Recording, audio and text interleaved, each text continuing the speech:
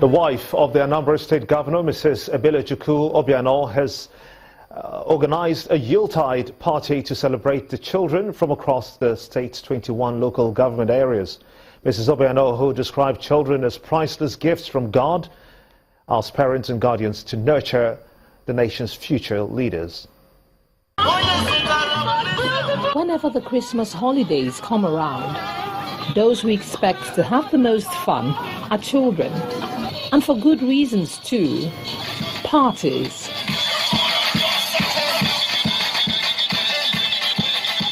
Presents. And Santa. And that is what the First Lady of Anambra State, Mrs. Ebele Obiano, has put together. And the young ones are enjoying every minute of it.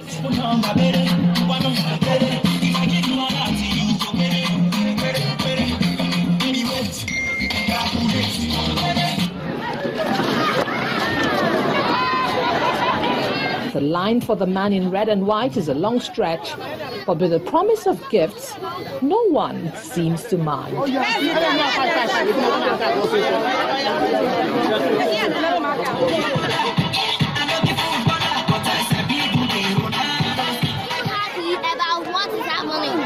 people are happy and everyone is celebrating. God will bless our governor for what he has always done. To Mrs. Obiano, the love for the young ones should not be taken for granted. I know that there is recession, but you don't let it weigh you down. And that's why I do certain things that I do. I've been on tour of communities. We have 179 communities in Anambra State, and I've been going on tour of various communities with food stuff, among other things, school bags for children, so as to cushion the effects of the recession. The cutting of the cake ends the affair, but the children leave here with the fun memories and, of course, gratitude.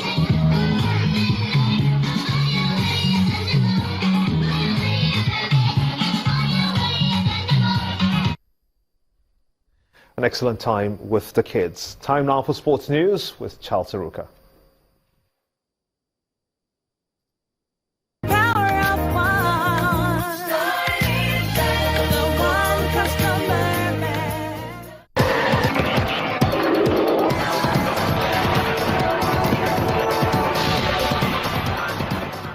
Thanks so much, Gimba. And welcome to Sports News. Former world number one and 2008 French Open champion Ana Ivanovic has retired from tennis at the age of 29. The Serb has been out with injuries since August and dropped to 63 in the world rankings, having won just 15 matches in 2016, the most recent in June. Ivanovic spent 12 weeks as world number one in 2008 and won 15 career singles titles. She reached the French Open semi-final in 2015 and was runner-up at the Roland Garros in 2007 and at the 2008 Australian Open. Meanwhile, Andy Murray is hoping to start off 2017 as strong as he ended 2016 by winning the Australian Open for the first time. The world number one has won the Wimbledon title twice and US Open once. He has lost in 5 Australian Open finals in 2010, 2011, 2013, 2015 and 2016. In cycling, Bradley Wiggins has also announced his retirement from professional cycling, bringing the curtain down on a career that saw him become one of Britain's greatest sportsmen. The 36-year-old became Britain's first Tour de France winner in 2012 and bows out with 8 Olympic medals, including 5 golds and 7 world titles across track and road cycling to his name.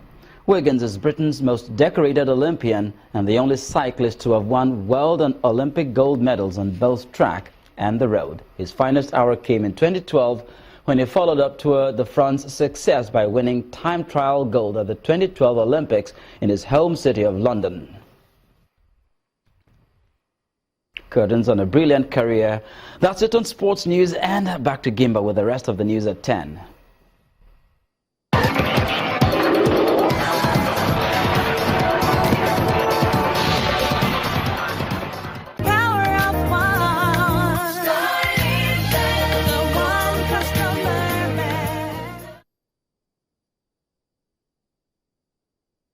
U.S. President-elect Donald Trump has asked Israel to stay strong until he assumes office next month, saying that Israel had been treated with disdain and disrespect, and this must end.